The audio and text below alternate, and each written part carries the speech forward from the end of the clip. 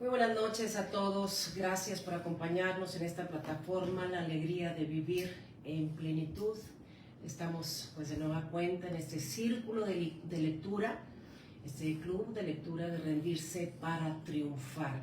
Obviamente en compañía del titular de este proyecto, Omar Cervantes Rodríguez, que nos acompaña pues esta noche de nueva cuenta porque pues vamos a seguir precisamente hojeando, platicando con el autor del libro Rendirse para Triunfar, la alegría de vivir, sobre lo más importante, lo que queremos destacar y lo que queremos platicar sobre el libro y sobre cualquier pregunta, cualquier comentario, cualquier inquietud que podamos tener todos los que estamos pues, leyendo con disposición y sobre todo pues con mucha responsabilidad el libro de Omar Cervantes. Omar, ¿cómo estás? Gracias, Magda, muy buenas noches.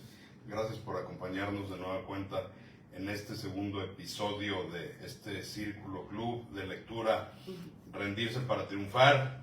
Hoy, como lo comentamos la semana pasada, empieza a ponerse ya lo bueno, porque la semana pasada fue la introducción, el prólogo, capítulo 1, que es un poquito de por qué surgió el proyecto, pero hoy estudiaba los temas, están interesantes, Magda. Muchísimas gracias por acompañarnos, por ser parte de este proyecto y pues listos para lo que tú ordenes. Fíjate, yo quisiera empezar, Omar, por recordar un poco en lo que vimos la semana anterior, la introducción, el prólogo y el capítulo 1, en donde tú nos hablabas, número 1, el porqué del título Rendirse para Triunfar, y nos explicabas que efectivamente pues esta no es una paradoja, no es un juego de palabras, es pues más bien una, digamos, algo que no estamos acostumbrados a escuchar, pero que realmente rendirse tiene un significado diferente, es pues aceptar, es la aceptación de cualquier proceso que estemos viviendo. Por otra parte, nos platicabas cómo surgió la idea del libro, en qué momento de tu vida viene la idea del libro, después de haber escrito La Alegría de Vivir en Plenitud, un viaje de las tinieblas a la luz. Escribes ahora Rendirse para Triunfar, de la alegría de vivir. Del primer libro a este libro hablábamos de que el Tommy, aquel personaje de ficción, que de alguna u otra forma platica lo que ha vivido en ese, digamos, ir del infierno hacia la luz, las tinieblas a la luz, más bien. Aquí, pues, Tommy de alguna u otra forma se personifica en el escritor, en Omar Cervantes Rodríguez. Eso es el resumen, un poco de lo que vimos la semana anterior. Pero ahora tenemos pues en cuenta el capítulo número 2 y el capítulo número 3. Para quienes van siguiendo el libro, pues nos va a ser muy interesante poder repasar algunos conceptos que queremos ir viendo contigo. Y para quienes no lo van siguiendo, pues sería muy interesante que empezaran a leerlo y ya con este, digamos, desenvolvimiento de las ideas que trae cada uno de los capítulos y desde su inicio. Para empezar o para comenzar, pues qué es rendirse y qué es triunfar. Y esto de lo que se habla en el capítulo 2. Y después, en el capítulo 3, de lo que escribes sobre este nuevo modelo, un nuevo modelo de éxito, nos dice Omar Cervantes en estas páginas, en el tercer capítulo. Así es que, pues iniciamos. Por primera cuenta, pues entrando de lleno al tema, sobre todo primero en el capítulo 2, insisto, hablas de los conceptos tradicionales de rendirse y de triunfar, pero ¿por qué se llama rendirse para triunfar que se contrapone o que no significa lo mismo que los conceptos tradicionales? Bien, Magda, gracias. Saludos a toda la gente que se está uniendo. Volvemos a repetir la mecánica. Cada semana vamos a estar repasando 2 capítulos. Hoy ya mencionaste estos 2 interesantísimos capítulos que nos van a empezar a dar claridad de hacia dónde vamos. Gracias a todos los que han estado pidiendo informes, comprando su libro, pidiendo cómo conseguirlo. Les recordamos que esto queda grabado. Estamos hoy transmitiendo en Facebook, estamos en Instagram, si nos ven por ahí en doble dimensión, cuando vean los videos, es por los formatos. Esto lo vamos a subir en el podcast, entonces te puedes integrar en cualquier momento. El podcast de la semana pasada ya está en Spotify, está en YouTube y está en nuestras redes sociales. Este segundo ahorita está en vivo, queda en Facebook, queda en Instagram y se va también mañana a Spotify y a YouTube. Y bueno, como comentamos la semana pasada, el hacer este juego de rendirse para triunfar, que comentaba en alguna ocasión, cuando yo tuve este instinto, esta intuición de escribir este segundo libro, que me tardé algunos meses en elaborar contenidos, posibles ideas, esta idea rondaba en mi cabeza, rendirse para triunfar, y lo explicamos la semana pasada, el de dónde. Entonces, cuando empiezo a escribir, efectivamente el capítulo 2 empiezo diciendo, bueno, para empezar, ¿qué es rendirse? ¿Y qué es triunfar? Y justo para que no me fueran a catalogar de disruptivo o de revolucionario, dije, a ver, vamos a darle su justo lugar a la definición clásica que es rendirse. Y rendirse, lo comentamos, no lo vamos a estar leyendo, pero lo pueden checar en las páginas.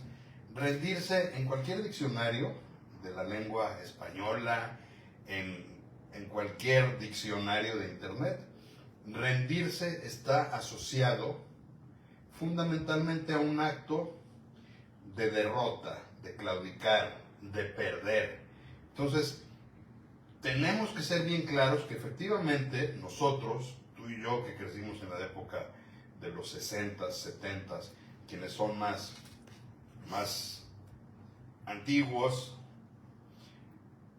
veníamos de esta cultura en que te decían los padres, los abuelos, los maestros, no te rindas, el que se rinde pierde, si te rindes eres un perdedor, si te rindes no vas a poder con los triunfadores, y toda esta cultura que nos decían que no había que rendirnos incluso en algunas definiciones que vienen en este capítulo, se asociaban a tirar la toalla, tirar la toalla y decir no puedo más. Y efectivamente este es la definición tradicional. Entonces tenemos que partir primero para la gente que común y corriente, que es rendirse. Y rendirse tenemos que reconocer, está aceptado con derrota, con perder. Y por otra parte, en esta cultura del éxito o del triunfo, el triunfo estaba asociado, y también consultamos los diccionarios, el triunfo y el éxito están asociados al cumplimiento de tus metas. Esto es más ambiguo porque es muy personal. Puede ser que te sientas triunfador si cumpliste tus metas. Entonces, el triunfar en ese sentido es conquista, ganar, lograr lo que te propusiste. Y entonces tenemos dos ingredientes que en el siglo pasado y todavía a principios de este siglo eran una cultura muy ruda que nos hizo a muchas generaciones le llaman del esfuerzo, pero generaciones donde decían no se vale rajarse, no se vale rendirse, y si quieres triunfar no te rindas. O sea, lo contrario al libro, aquí es rendirse para triunfar, y nosotros venimos de si quieres triunfar no te rindas. Entonces, pues en el capítulo 2 los lectores podrán leer que efectivamente los conceptos colectivos siguen pensando que rendirse es perder y que para triunfar no hay que rendirse. Entonces tuvimos que partir y yo dije, a ver, si voy a escribir sobre esto, tengo que decir, la colectividad dice esto de ambos verbos. Y los plasmamos y simplemente de manera descriptiva. Evidentemente, en este segundo capítulo no entramos ya en la parte profunda, porque simplemente quisimos decir, a ver, lingüísticamente, comunicacionalmente, qué significa rendirse y qué significa triunfar. Entonces, por hoy, en esta segunda sesión, yo quisiera dejar en el colectivo de los que nos están viendo que para la generalidad de la población, rendirse es perder y triunfar es llegar al éxito, que muchas veces va asociado de metas o de consecución de bienes. Ya. Algo así como, o sea, digamos, lo estás considerando en este momento, en este capítulo, como esta programación que tenemos nosotros culturalmente, de esta frase que es muy usada en términos de el que se rinde no triunfa, o el que triunfa es porque no se rinde. Pues ese Exacto. es el asunto. Dijiste la palabra idónea, una programación que por décadas culturalmente nos instalaron, se convirtió en una creencia y en un valor incluso, pues al menos de Occidente. Así vivimos y así pensamos en el Occidente, donde además, también lo menciona, el triunfar ya va aparejado incluso con bienes materiales, con logros, con un establishment, con un lograr ser alguien. Y entonces, todavía generaciones recientes de nuestros hijos, a lo mejor algunos hijos de algunos hijos mayores, todavía catalogan entre losers y winners. Sí. O sea, perdedores y ganadores, como si fueran dos opositores que tuvieran que ver con esta cultura de la competitividad y del ego, que nos han promovido en Occidente, y por supuesto México no es la excepción. Y esa es la palabra triunfar, y el rendirse está asociado todavía con rajarse, como decías tú, o sea, tirar la toalla, no ser valiente, etcétera, etcétera. Entonces, así lo dejamos hasta ahorita. Hasta ahora. Y es importante insistir en esto porque más adelante vamos a ver el desarrollo de los conceptos, ¿no? Quiero aprovechar este momento para pues invitar a todos los que nos escuchan precisamente a hacer pues cualquier comentario que puedan tener hacia el escritor, o también alguna inquietud o algún testimonio que puedan compartir, alguna pregunta. Lo estaremos viendo poco a poco y cómo vaya integrándose las personas en esta dinámica. Omar, en este capítulo mencionas, y bueno, ya has mencionado en otras plataformas también, tienes un episodio que pasó en tu vida de jovencito, pues de menor todavía, en donde participas en un concurso de oratoria. Platícanos sobre esto.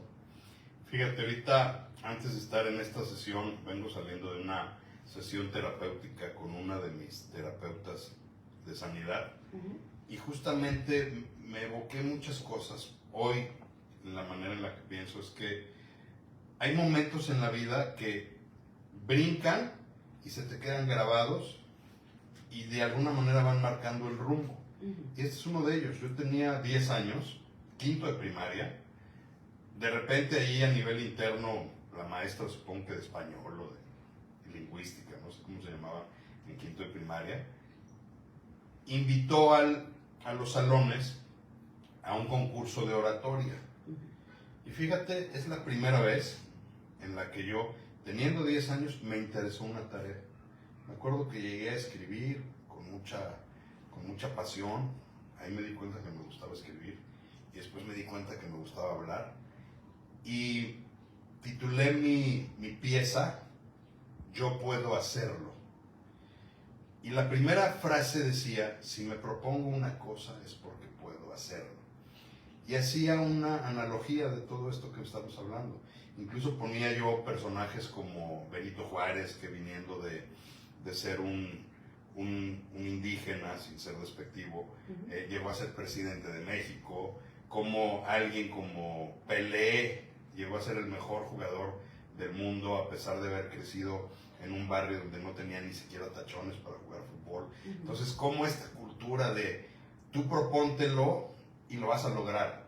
Y quedé en segundo lugar, por cierto. Paradójicamente, me propuse ganar y no gané. Pues en ese momento ni siquiera me di cuenta de que era como una antítesis lo que estaba yo proponiendo. Quedé en segundo lugar y desde ahí me empezó a gustar esto. Y efectivamente lo cito porque pues yo me pregunto, un niño de 10 años con esa mentalidad es porque justamente está programado para hablar así. Seguramente, y si echo el reloj para atrás, pues sí fue muy cautivador. Digo, pasé a las finales. O sea, ese día todo el mundo se quedó como que, ¿y este de dónde escribe? ¿O este de dónde habló? Porque aparte yo no era un estudiante brillante ni era uno de los que participaba en todas las clases. Pero eso fue uno de esos destellos que yo creo que la vida me dijo, tú vas a hacer algo que tenga que ver con escribir o con hablar o lo que sea. Pero el mensaje lo traigo a colación porque como si lo hubiera escrito ayer. Y entonces con todo lo que hemos platicado de que la vida te va llevando por situaciones adversas, diferentes a como tú pensabas que eran, hoy y al final de ese capítulo yo le agrego que efectivamente si me propongo una cosa y es para mi mayor bien y está dentro del plan divino y está dentro de mi propósito, voy a poder hacerlo. Porque lo platicamos la semana pasada. Yo me puedo proponer hoy, con todo mi ímpetu, ser astronauta. Pues ya no tengo edad. Ya no voy a poder. O antes de la pandemia yo podía haber tenido un propósito. Lo platicábamos la semana pasada. La pandemia nos vino a dar una dosis de ubicación, de decir, a ver, no, las cosas no siempre son como tú quieres. Entonces, efectivamente, y lo quiero dejar bien claro, yo no estoy peleado con la cultura del esfuerzo, del tesón, de la pasión, de la lucha, siempre y cuando esa lucha tenga un límite, tenga un rumbo y tenga una orientación. Es decir, esforzarse en triunfar es muy importante. Ahorita entramos en lo que yo hoy veo como triunfo. Pero también se vale rendirse, como lo platicábamos la semana pasada. ¿Por qué? Pues porque rendirse puede significar salvar tu vida. Así es. Entonces, sí, esa pieza de oratoria, en el capítulo 2, dije, tiene que estar, porque además es una de esas cosas que quedan grabadas en tu mente. Sí, y por muchas razones, Omar, porque queda grabada en tu mente precisamente por el momento en que sucedió y cómo sucedió y luego que no triunfaste, digamos, porque a pesar de que el concepto de la oratoria, del mensaje que dabas era como si se puede triunfar, tú quedas en segundo lugar y eso por supuesto que a lo largo de los años y en los momentos que van pasando situaciones en tu vida, pues lo vas haciendo, digamos, más consciente. Claro. Que no necesariamente porque lo deseas lo vas a obtener, el triunfar, ¿no? No siempre se puede. Y además, pues más adelante nos irás platicando cuál es el concepto ahora de triunfo al que tú te refieres, ¿no? Fíjate, ahorita, perdón que te interrumpa, pero se me vino en esas edades también, en otros capítulos que ya son casi al final del libro, hablo de mi relación con Dios y de mi vida espiritual. Pero ahorita que decías, tú te lo propusiste, pues sí, pero hubo alguien que también se lo propuso y me ganó el primer lugar. Cuando yo creía en ese Dios que me inculcaron en la primaria, yo era muy fanático del fútbol y yo le rezaba a Dios porque ganara mi equipo. Yo me persinaba cuando jugaba mi equipo. Sí. Oye, de repente empataban o perdían, hasta que dije, a ver, pues es que el otro equipo también trae porra y el otro equipo también le pide a Dios. Y entonces, nomás uno va a ganar. Entonces, de eso de Dios hablaremos en otros capítulos, pero efectivamente yo puedo decir, si me propongo una cosa, yo puedo hacerlo. Pero si tú te propones la misma y nada más en una posición, uno de los dos no lo va a lograr. No lo va a lograr. Y el otro sí. Entonces, habiéndolo ¿eso deseado, te hace perdedor? Claro. Pregunto. Pues, exacto, ahí está el avance de la situación y lo que decíamos, o sea, cómo vamos teniendo que desprogramarnos de algunos conceptos que vamos teniendo. Pero bueno, la dejamos ahí, esta parte, pero vamos a volver, por supuesto, a tocar el tema más adelante. Ahora quiero hablar sobre el capítulo 3, porque pues vamos avanzando un poquito sobre estos conceptos que queremos repasar. Ya los que están leyendo el libro y los que van en los mismos capítulos, porque la semana pasada decíamos si podíamos ir avanzando con el capítulo 2 y el capítulo 3 para poder repasar estos conceptos, pues ya sabrán de que en el capítulo 3 Omar menciona pues que ya comenzamos, o sea, ya empezamos nosotros a ver para dónde vas, mencionando, por ejemplo, a Deepak Chopra y de un nuevo modelo. Por ahí lo empiezas a mencionar y entonces por ahí nos empiezas a abrir la mente y la lectura hacia dónde te estás dirigiendo. Cuéntanos un poco sobre esto. Esto es un parteaguas bien importante en el desarrollo del libro porque decíamos hace un rato que triunfar es lograr las metas que te planteabas. Entonces, me remonté ahorita a los años, a la primera década de los 2000, que es donde yo empiezo a conocer de Chopra y de este tipo de pensamientos, porque ahorita voy a llegar al origen.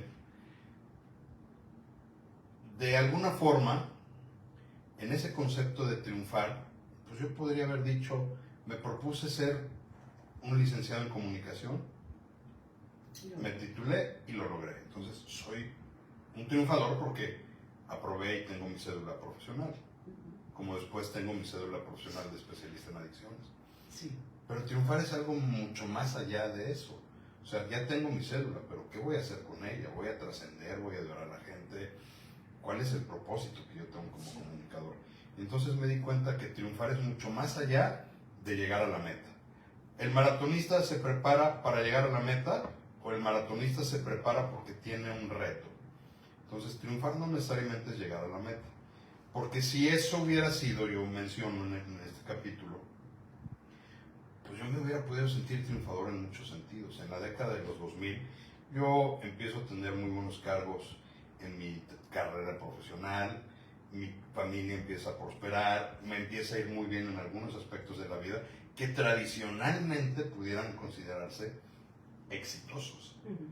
Pero la parte oscura de la que habla el primer libro, yo nunca imaginé en mi vida que iba a tener una enfermedad llamada alcoholismo y que yo iba a tener que tocar un fondo muy fuerte con el alcohol y que, como lo platicamos en el primer libro, a veces no es suficiente dejar de consumir una droga o alcohol.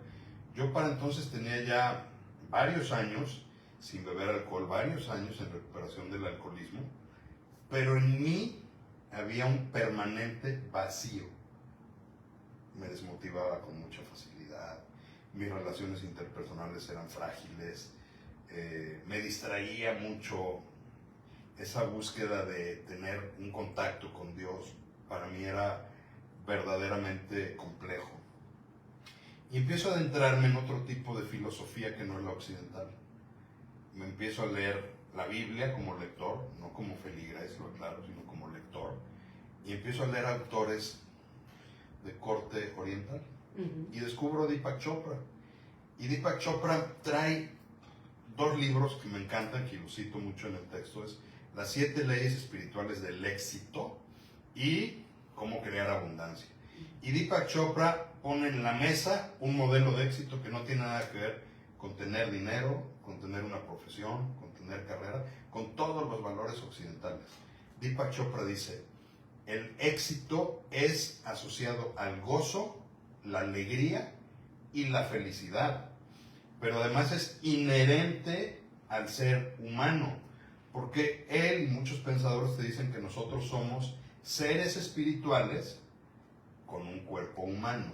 Yo pensaba que éramos seres corporales con espíritu, y ellos dicen no, somos seres espirituales en cuerpo humano. Y como somos seres espirituales, tenemos pleno derecho a la felicidad, al gozo, a la abundancia y a la alegría y al éxito. Y la divinidad, como tú la creas, te hizo perfecto. Y entonces te pone una analogía que también aparece en la Biblia. Los árboles no se esfuerzan por crecer. Los pájaros no andan ahí queriendo triunfar por todos lados para comer. O sea, la naturaleza trae su flujo normal y tú tienes un propósito. Tu misión es encontrar ese propósito, alinearte, hacer lo que te corresponde y lo demás viene por añadidura, que tiene que ver también mucho que ver con la parte cristiana, con la red crística. Entonces dices, a ver, yo en aquellos entonces no creía en Dios. Entonces yo decía, tiene lógica. Si yo tengo estos talentos y los alineo, mi éxito no lo va a definir si tengo dinero o no. Y te pongo un ejemplo, dice, hay millonarios con cuentas en billones de dólares que son tremendamente infelices. Sí. En cambio puedes ver a alguien en un transporte público, sin menosprecio del transporte público, que quizá vive al día, pero que carga esa alegría, ese gozo, esa alegría por vivir, que puede estar más saludable, más animado que alguna otra persona. Entonces, este nuevo modelo de éxito, al contrario, hay una ley que te dice, la ley del menor esfuerzo. La ley del menor esfuerzo es, Magda, tú tienes talentos. Si los encuentras, vas a darle por aquí. Y seguramente tú como comunicador algún día los encontraste y dijiste, por aquí es lo mío. A lo mejor si hubieras dicho, yo voy a ser físico-matemática, irías en contra de la corriente, no sé, posiblemente lo hubieras logrado. Pero no era tu camino. Entonces, ¿qué encuentro yo en Chopra? Que Chopra te dice, ríndete, no vayas en contra de la corriente, acepta lo que tienes. Y la ley del menor esfuerzo, termino, tiene varias características. La aceptación, vista como la rendición que platicamos la semana pasada.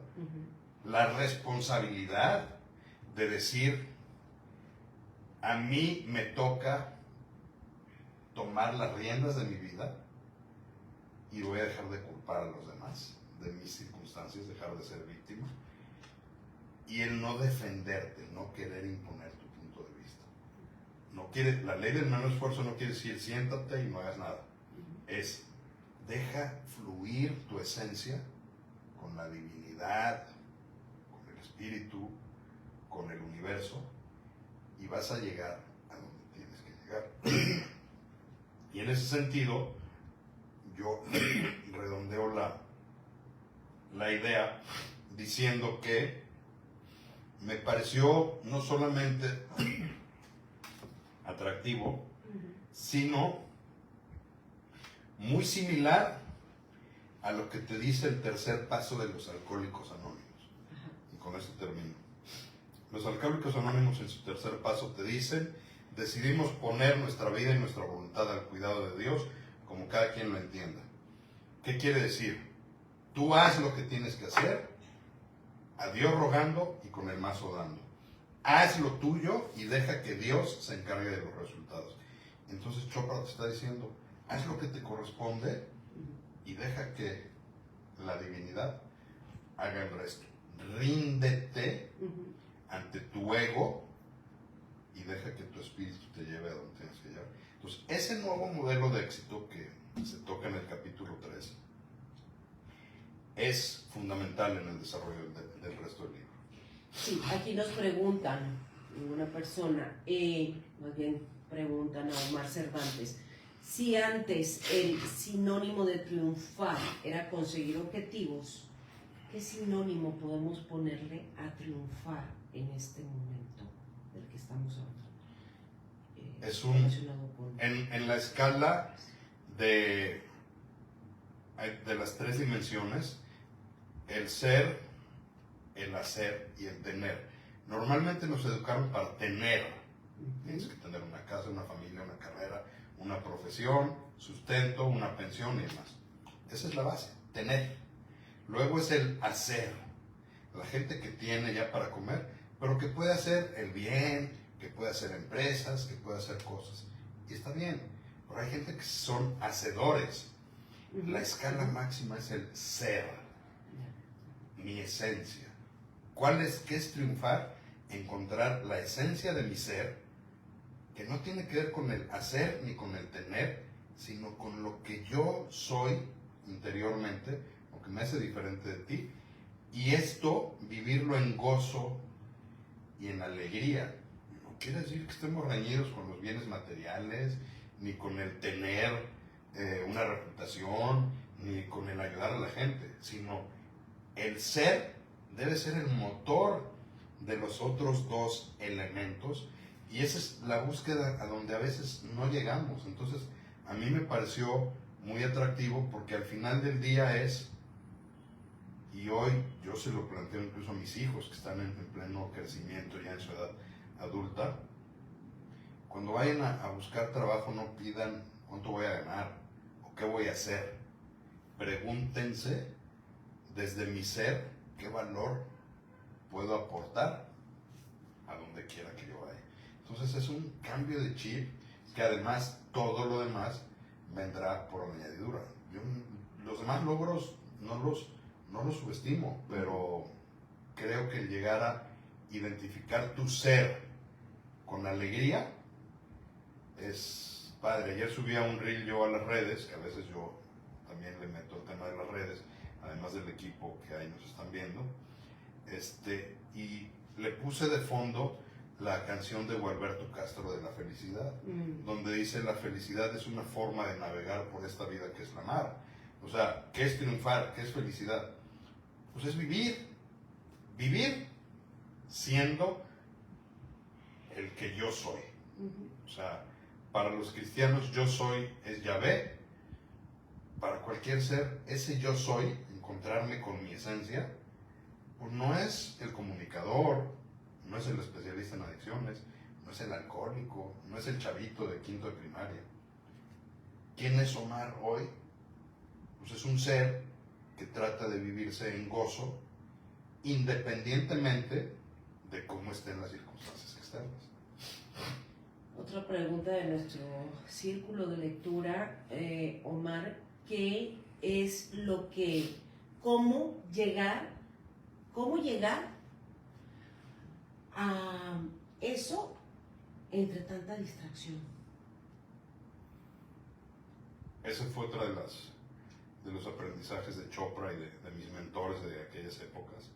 En el 2007 yo atravesaba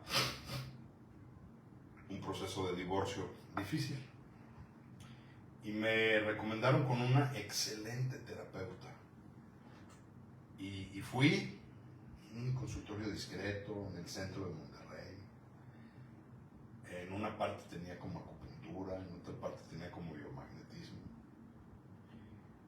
Platicamos, ¿qué te trae por aquí? Ya le doy todo mi queja, mi victimez, ¿no? Mi pobrecito de mí, ¿no? Como cuando vas a terapia por primera vez, pobrecito, si todos los demás tienen la culpa, ¿no?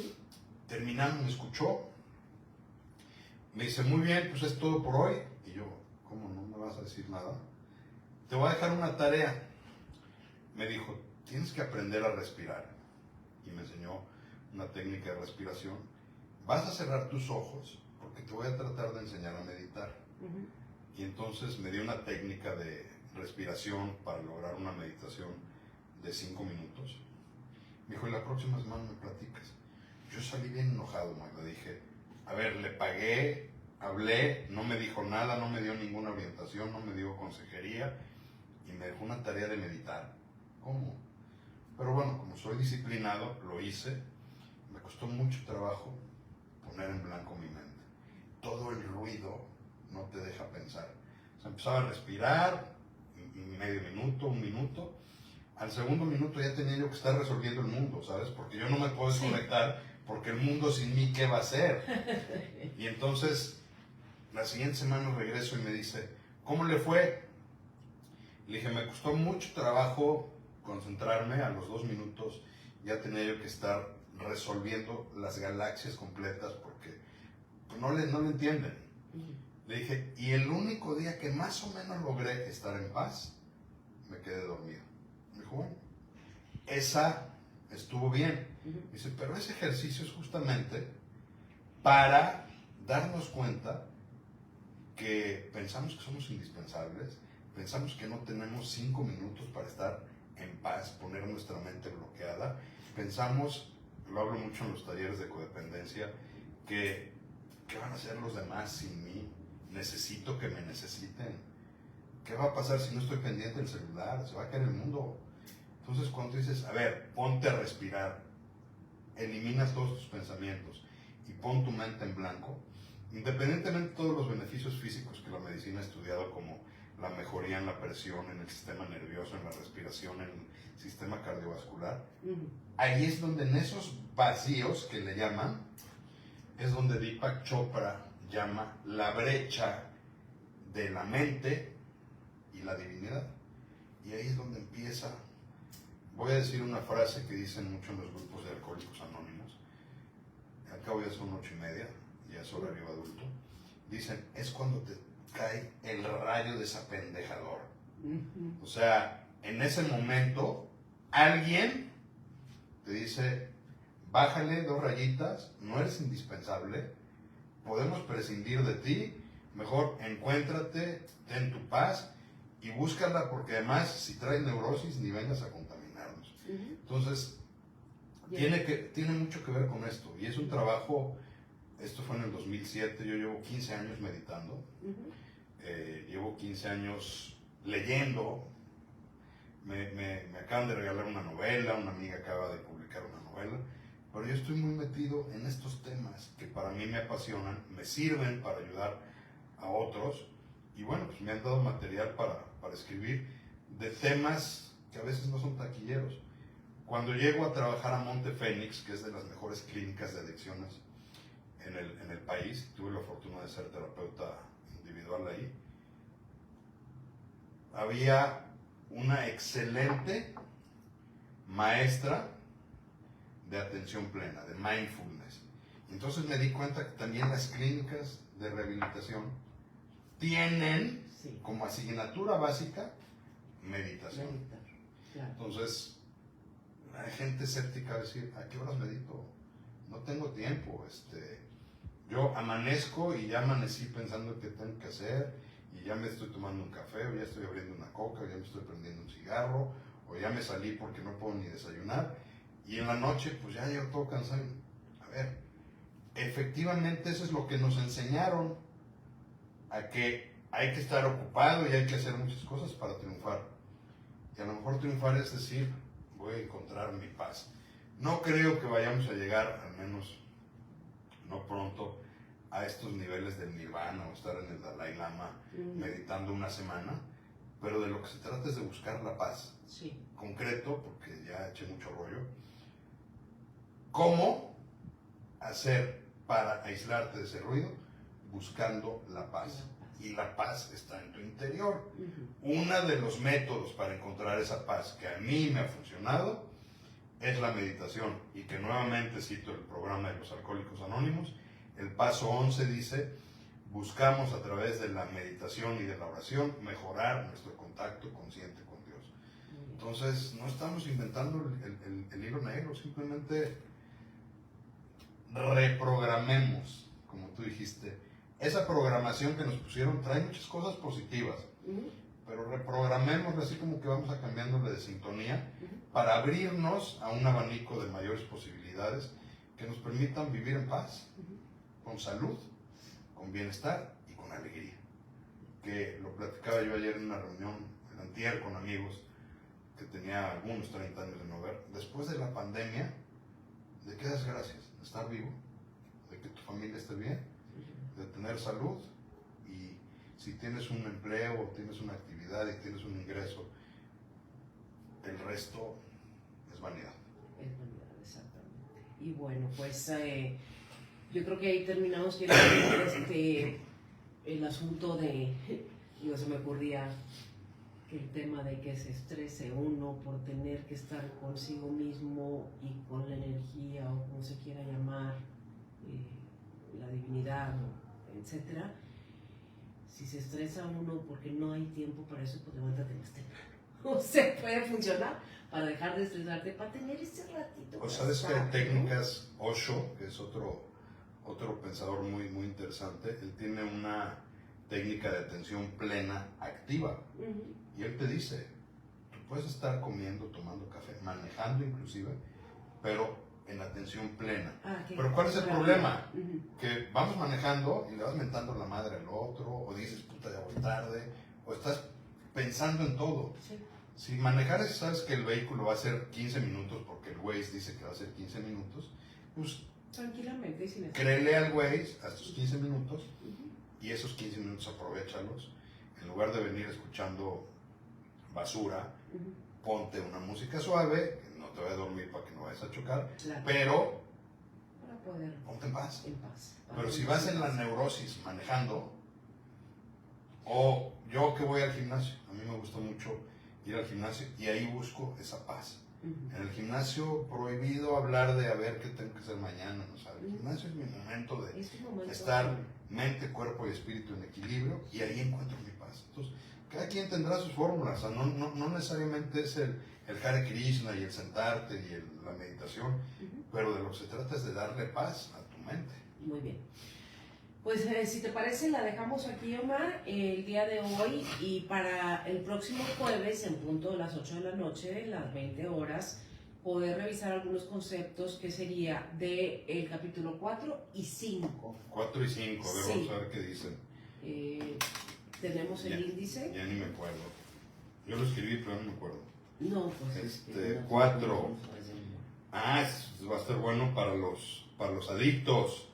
Dejar de beber o consumir no basta, lo que decía ahorita. Sí. Una vida útil y feliz. Y el 5, pérdidas, duelos. Los caminos de la vida no son lo que yo pensaba.